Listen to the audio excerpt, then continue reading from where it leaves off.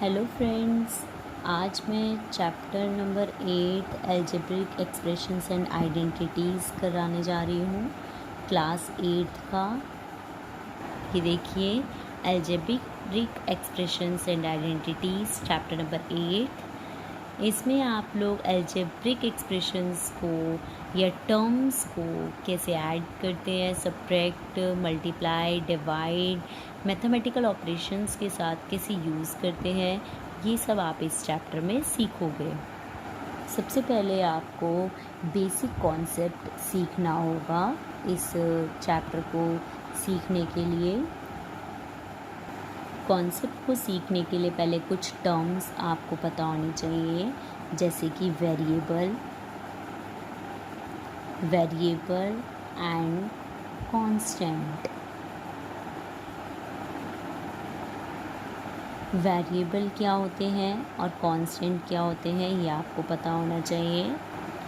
Variable आपके होते हैं जैसे कि अल्फ़ाबेट्स, ऑल अल्फ़ाबेट्स आप वेरिएबल बोल सकते हो, like X, Y, Z, A, B and so on.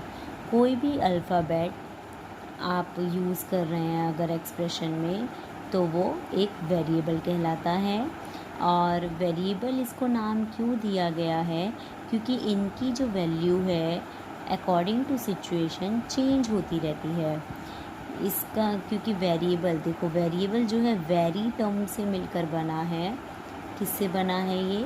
Variable का मीन्स होता है वेरी करना। जो टर्म, जो डिजिट या जिसकी भी वैल्यू चेंज होती रहती है बार बार, उसको वेरिएबल बोलते हैं। कांस्टेंट का मतलब क्या होता है? फिक्स्ड। कांस्टेंट का मतलब क्या होता है? फिक्स्ड, यानी जिनकी वैल्यूज़ हमेशा फिक्स रहती है, कभी भी चेंज नहीं होती। लाइक एग्ज़ाम्पल के लिए आप कोई भी नंबर ले सकते हो, 2, 7, -4, 100, 9, 3/2। पॉजिटिव हो या नेगेटिव हो, कोई भी नंबर हो, वो हमेशा आपका कांस्टेंट कहलाता है। और इन दोनों से मिलकर एक नया वेरिएबल कांस्टेंट बनता है, टर्म। क्या बनती है आपकी? टर्म्स बनती हैं। पहले ही मैंने आपको बताया वेरिएबल किसे कहते हैं, कांस्टेंट किसे कहते हैं। अब हम पढ़ेंगे टर्म किसे कहते हैं। टर्म किसे कहते हैं? देखो, टर्म भी कई तरह की होती है। या तो सिर्फ वेरिएबल हो सकता है उसमें, या सिर्फ कांस्टेंट हो सकता है उसमें, या फिर कांस्टेंट एंड वेरिएबल का कॉम्बिनेशन हो सकता है। ये तीनों ही आपकी टर्म कहलाएंगी। देखो, वेरिएबल मैंने जैसे आपको ऊपर एग्जांपल दिए थे इसके, एक्स, वाई, ए, बी, सी। कोई भी अल्फ़ाबेट अगर सिंगल लिखा गया है तो वो भी एक टर्म कहलाती है। कोई भी कांस्टेंट नंबर आप ले सकते हैं, 3, 4, 8 एंड सो ऑन, तो ये भी क्या है? कांस्टेंट टर्म है। ये वेरिएबल टर्म कहलाती है, ये कांस्टेंट टर्म कहलाएगी। और जो इन दोनों का मिक्सचर होगा वो कांस्टेंट एंड वेरिएबल टर्म कहलाएगी। जब देखो, इसका पहले एग्जांपल देखते हैं। Example like 2x, 4y, -7z। ये क्या है? देखो, 2 क्या है? कांस्टेंट है, x वेरिएबल है।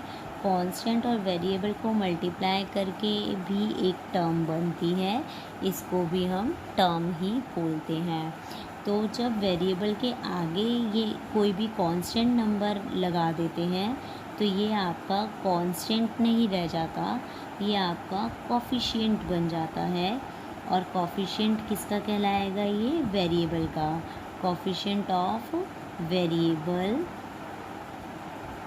यानी कि टू जो है कोफिशिएंट है कौन से वेरिएबल का, एक्स वेरिएबल का। Two is the coefficient of variable x. तो अगर कोई भी कांस्टेंट नंबर वेरिएबल के साथ अटैच हो जाता है तो उसको हम कोफिशिएंट बोलते हैं। आई होप आप लोगों को ये कुछ टर्म्स जो मैंने सिखाई आपको अच्छे से क्लियर हो गई होंगी।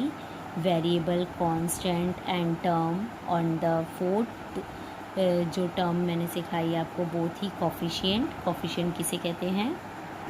एक चीज़ और, जैसे कि अब देखो ये जो वेरिएबल्स हैं इनके आगे भी कोफिशिएंट होता है। इनके आगे जब कोई नंबर नहीं लिखा होता तो हमेशा इसके आगे हम 1 मानते हैं। ये चीज़ आप हमेशा ध्यान रखना, क्योंकि अगर आप कुछ बच्चे क्या करते हैं इसको ज़ीरो मान लेते हैं। अगर इसके आगे का कोफिशिएंट ज़ीरो होता तो ज़ीरो मल्टीप्लाई बाय एक्स करोगे तो टर्म पूरी की पूरी ज़ीरो हो जाएगी, फिर तो वेरिएबल रहेगा ही नहीं। इसलिए जब भी कोई सिंगल वेरिएबल लिखा होता है उसके आगे कोई कोफिशिएंट नहीं लिखा तो हम उसको 1 मानते हैं। इसी तरीके से यहाँ पर 1y है, ये 1b है। समझ आया। ये देखिए फ्रेंड्स, आगे टाइप्स के बारे में मैंने बताया है। 1 टर्म वाले जिसमें 1 टर्म होती है उसको मोनोमियल बोलते हैं। जिसमें 2 टर्म्स होती हैं उसको बाइनोमियल बोलते हैं। जिसमें 3 टर्म्स होती हैं उसको ट्राइनोमियल्स बोलते हैं। अब एक एक एग्जाम्पल देख लेते हैं इसका। मोनोमियल के लिए आप लिख सकते हो x Y, x square, 2x, ये एक टर्म है, ये एक टर्म है, ये एक टर्म है। सिंगल टर्म्स हैं यहाँ पर। और 2 टर्म्स वाले को कैसे लिखोगे, X Y plus 4, X square minus 2x। ठीक है, देखो इस वाले एक्सप्रेशन में 2 टर्म्स हो गई, इस वाले एक्सप्रेशन में भी 2 टर्म्स हो गई। थर्ड का एग्जाम्पल देखो, x square plus 2x plus 6। तो देखो ये एक मैंने एग्जाम्पल लिया है। ये एक्सप्रेशन जो है आपका 3 टर्म्स का है, 1 2 3, टोटल 3 टर्म्स हैं। देखो फ्रेंड्स, मोर देन 2 टर्म्स वाले को पॉलिनोमियल बोलते हैं। अब हम एक्सरसाइज 8.1 में इन एक्सप्रेशंस को ऐड एंड सब्ट्रैक्ट करना सीखेंगे। क्वेश्चन नंबर फर्स्ट का में एडिशन करना है आपको। फर्स्ट का मैं सेकंड पार्ट आपको करा रही हूँ। ये देखो फ्रेंड्स, मैंने सेकंड पार्ट इसका नोट कर लिया है। अब इसको सॉल्व करना देखेंगे। सबसे पहले देखो चेक करना है कि आपको ऐड करने के लिए कितने एक्सप्रेशंस गिवन हैं। 1 2 एंड 3, टोटल 3 एक्सप्रेशंस आपको गिवन है और इन्हें आपको क्या करना है, ऐड करना है। तो मैं पहले फर्स्ट वाला एक्सप्रेशन लिख रही हूँ, a minus B plus A B. ठीक है, मैंने फर्स्ट एक्सप्रेशन लिख लिया। अब सेकंड एक्सप्रेशन में देखो, इसकी फर्स्ट टर्म, ये टर्म है ना एक, इस टर्म को देखो b है, यहाँ पर b वाला वेरिएबल कोई है, ये रहा। ये देखो मैंने b के नीचे b वाले वेरिएबल की टर्म को लिख दिया। ये वाला b पॉजिटिव था तो प्लस का रहने देंगे इसको इस तरीके से। उसके बाद माइनस c है, c वेरिएबल है क्या यहाँ पर, नहीं है ना, तो हम अलग से इसको एक कॉलम बना कर दे देंगे। माइनस c के साथ माइनस है इसलिए मैंने माइनस लिया यहाँ पर। प्लस bc पूछ रहा है, ये देखो यहाँ पर कोई bc वाला वेरिएबल है, नहीं है, तो इसके लिए भी अलग से कॉलम बना लेंगे। Next c minus a plus A C. Second expression हमने पूरा लिख लिया है। थर्ड एक्सप्रेशन में c दे रखा है, पॉजिटिव है। देखो यहाँ पर c वेरिएबल कोई है, ये रहा। इसी के जस्ट नीचे हम दूसरी टर्म भी लिख देंगे, प्लस का सी है ना, तो यहाँ पर प्लस का सी लिख देंगे। ए नेगेटिव है, ए के नीचे लिख देंगे माइनस ए प्लस ए सी। देखो ये जो थर्ड एक्सप्रेशन है, ये जो टर्म्स हैं ये सारी थर्ड एक्सप्रेशन की हैं, इसलिए थर्ड लाइन में ही आएंगी। आप ऐसा नहीं कर सकते कि आप इसको सेकंड लाइन में लिख दो, नो, वो गलत हो जाएगा।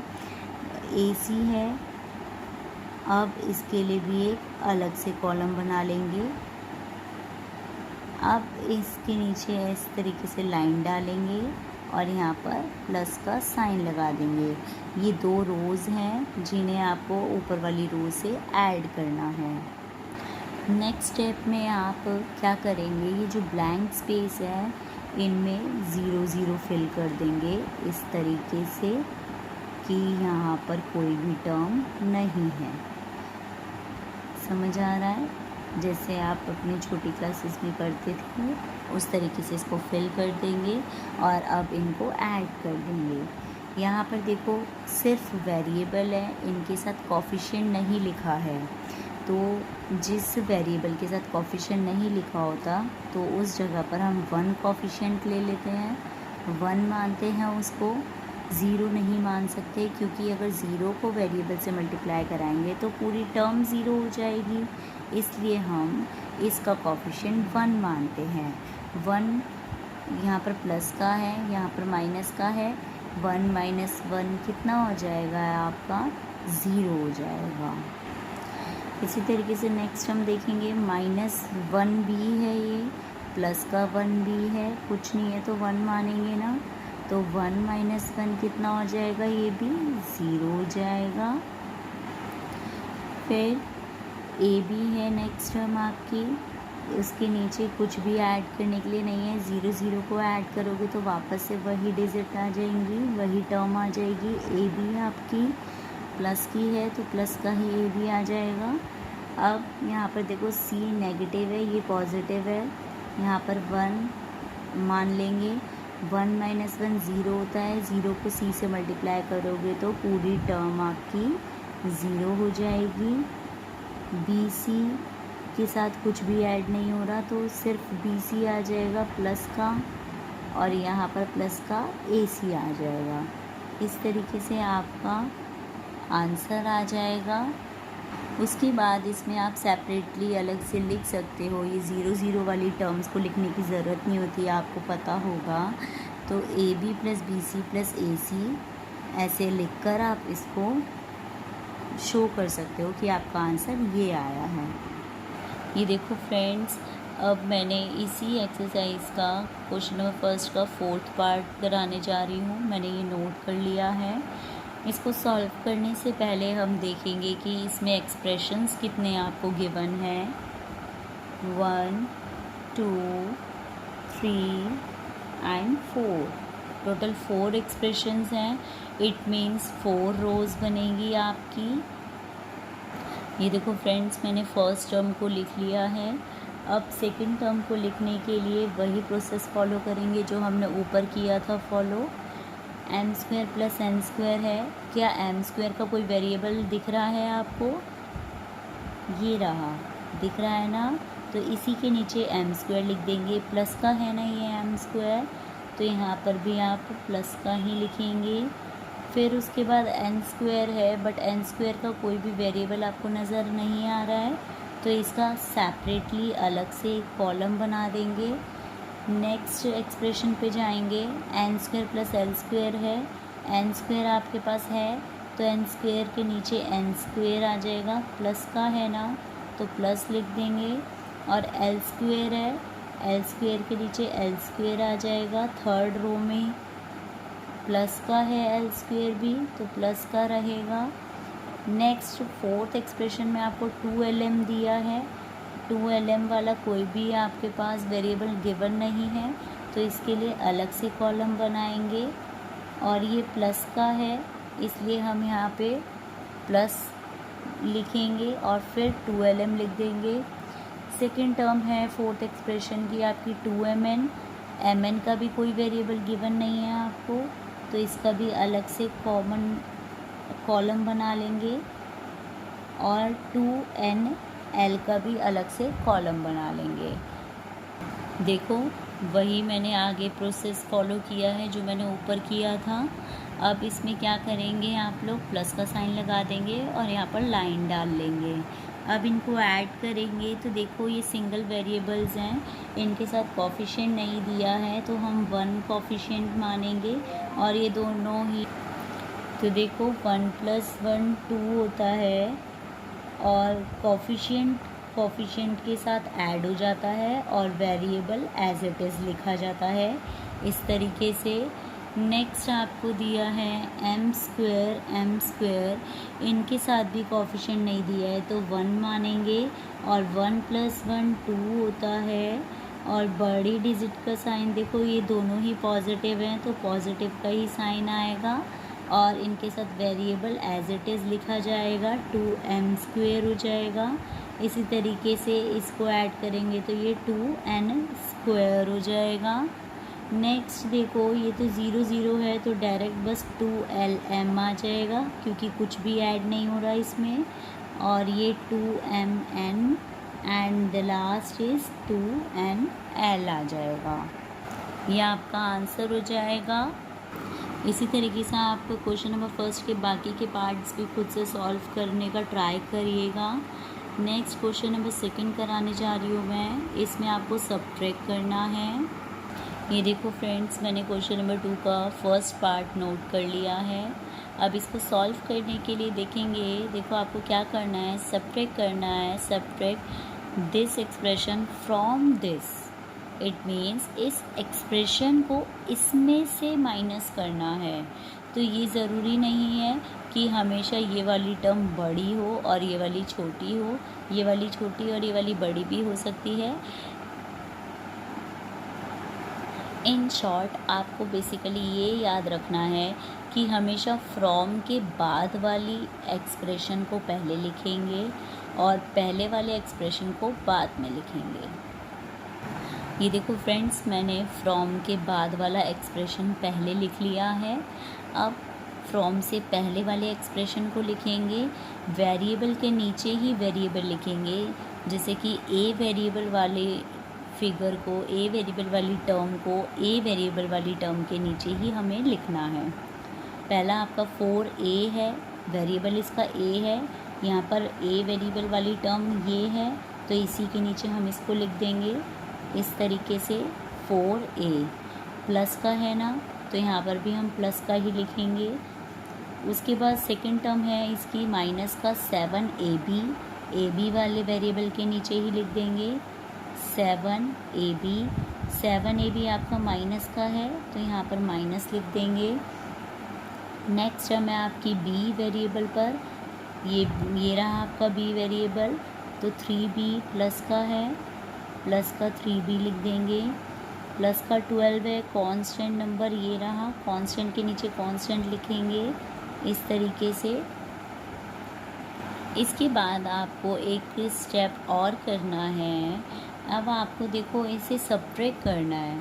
सब्ट्रैक्ट के केस में ना नीचे वाला जो एक्सप्रेशन होता है उसके साइन चेंज हो जाते हैं।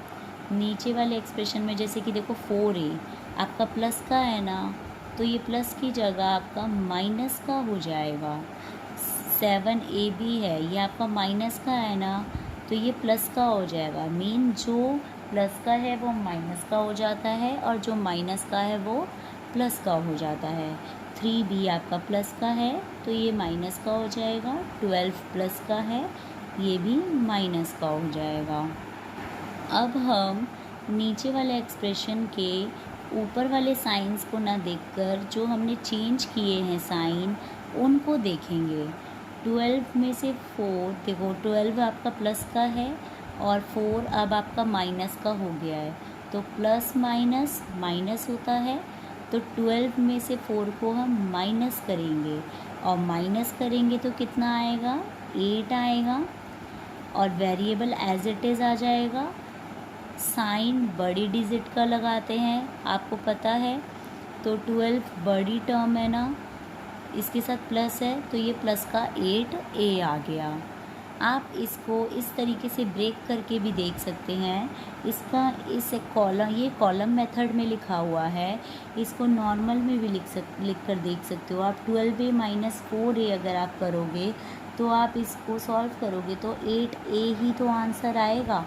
12 में से 4 को माइनस करोगे 8 आएगा और वेरिएबल एज इट इज़ आ जाता है। वही चीज़ तो हमने कॉलम मेथड में की है। नेक्स्ट टर्म है आपकी 9ab, माइनस का है। 7ab आपका प्लस का हो गया है अब, और माइनस प्लस माइनस होता है। तो 9 में से 7 को माइनस करेंगे तो कितना आएगा आपका 2ab आएगा। और साइन हम बड़ी टर्म के अकॉर्डिंगली लगाएंगे। बड़ा नंबर 9 है कि 7? 9 बड़ा है, 9 के साथ माइनस का साइन है, इसलिए हम यहाँ पर भी माइनस का साइन लगा देंगे। उसके बाद 5b, और ये प्लस का है, 3b माइनस का है। प्लस माइनस माइनस होता है, तो 5 में से 3 को माइनस करेंगे, आपके पास 2 आएगा और वेरिएबल एज इट इज़ लिख देंगे। बड़ी डिजिट का साइन प्लस है तो यहाँ पर भी हम प्लस लिख देंगे। नेक्स्ट स्टेप है आपका, देखो माइनस का 3 है, ये प्लस का 12 प्लस का था अब माइनस हो गया है, तो माइनस माइनस क्या होता है, प्लस होता है। तो 12 में 3 को प्लस कर देंगे तो आपका 15 आएगा और साइन बड़ी डिजिट का आएगा। बड़ी डिजिट का साइन अब माइनस हो चुका है तो यहाँ पर आप माइनस लिख देंगे और इस तरीके से आपका आंसर आ जाएगा। इसी तरीके से इसका थर्ड पार्ट देखेंगे। इसी तरीके से आप इसका थर्ड पार्ट देखेंगे। मैंने एक्सप्रेशन नोट कर लिया है। देखो फर्स्ट एक्सप्रेशन आपका ये है और सेकंड एक्सप्रेशन आपका ये है। तो आप फ्रॉम के बाद वाले एक्सप्रेशन को पहले लिखेंगे। ये देखो मैंने लिख लिया है। अब सेकंड एक्सप्रेशन को सेम वेरिएबल के नीचे सेम वेरिएबल को आप पुट कर दोगे। 4p² है। देखो यहाँ पर p² वाला वेरिएबल ये रहा, ये प्लस का है ना, यहाँ पर लिख देंगे प्लस का 4p²। नेक्स्ट हम आपकी -3pq है, pq के नीचे लिख देंगे माइनस का 3pq प्लस का 5pq² है, ये रहा माइनस का 2pq² के नीचे लिख देंगे इसको। सेम वेरिएबल वाले को सेम वेरिएबल वाले के नीचे लिखना है हमें। माइनस का 8p है तो माइनस के 3p के नीचे लिख देंगे। प्लस का 7q है, इसके नीचे लिख देंगे। माइनस का 10 18 के नीचे लिख देंगे। अब इन सब के आपको साइन चेंज करने हैं। ये माइनस का है तो प्लस का हो जाएगा, ये भी प्लस का हो जाएगा। ये प्लस का है तो ये माइनस का हो जाएगा, ये माइनस है तो प्लस हो जाएगा। इस तरीके से सारे साइन हम चेंज कर देंगे। उसके बाद जैसे लाइन ड्रॉ करेंगे एंड देन सब्ट्रैक्ट कर देंगे। देखो 18 आपका प्लस का है, 10 अब आपका प्लस का हो गया। प्लस प्लस प्लस होता है, 18 और 10 को प्लस कर देंगे तो आपका क्या आ जाएगा 28। बड़ी डिजिट का साइन प्लस में है तो 28 भी आपका प्लस में रहेगा। नेक्स्ट -3p है, -8p अब प्लस का हो गया है। माइनस प्लस माइनस होता है, 8 में से 3 माइनस करोगे 5p आएगा और साइन बड़ी डिजिट का आता है। 8 बड़ा है तो यहाँ पर प्लस का साइन आ जाएगा। नेक्स्ट -11q प्लस 7q है, प्लस की जगह अब ये 7q जो है आपका माइनस का हो गया है। माइनस माइनस प्लस होता है तो हम इसको भी प्लस कर देंगे। 11 में 7 ऐड करोगे तो 18q आएगा और साइन बड़ी डिजिट का आता है इसलिए नेगेटिव रहेगा। ये 5pq प्लस का है, 3pq भी प्लस का है। प्लस प्लस प्लस होता है, ऐड कर दो। 8pq बड़ी डिजिट का साइन प्लस में है तो प्लस में रहेगी डिजिट। -2pq² है, अब ये भी माइनस का हो गया है। 5pq², माइनस माइनस प्लस होता है। 5 + 2 7pq², बड़ी डिजिट का साइन आएगा। ये प्लस का है, ये माइनस का हो गया है, प्लस माइनस माइनस होता है। 5 में से 4 को माइनस करोगे तो 1 आएगा, तो 1p² क्यू आ जाएगा और साइन बड़ी डिजिट का लगा देंगे। इस तरीके से आप किसी भी पॉलिनॉमियल को सब्ट्रैक्ट कर सकते हो। इसके बाकी के क्वेश्चंस आप लोग खुद से ट्राई करना, और इसके 2 एग्जाम्पल्स भी दिए हुए हैं आपकी बुक में, आप उसको भी ट्राई करना, आपसे इजीली सॉल्व हो जाएंगे।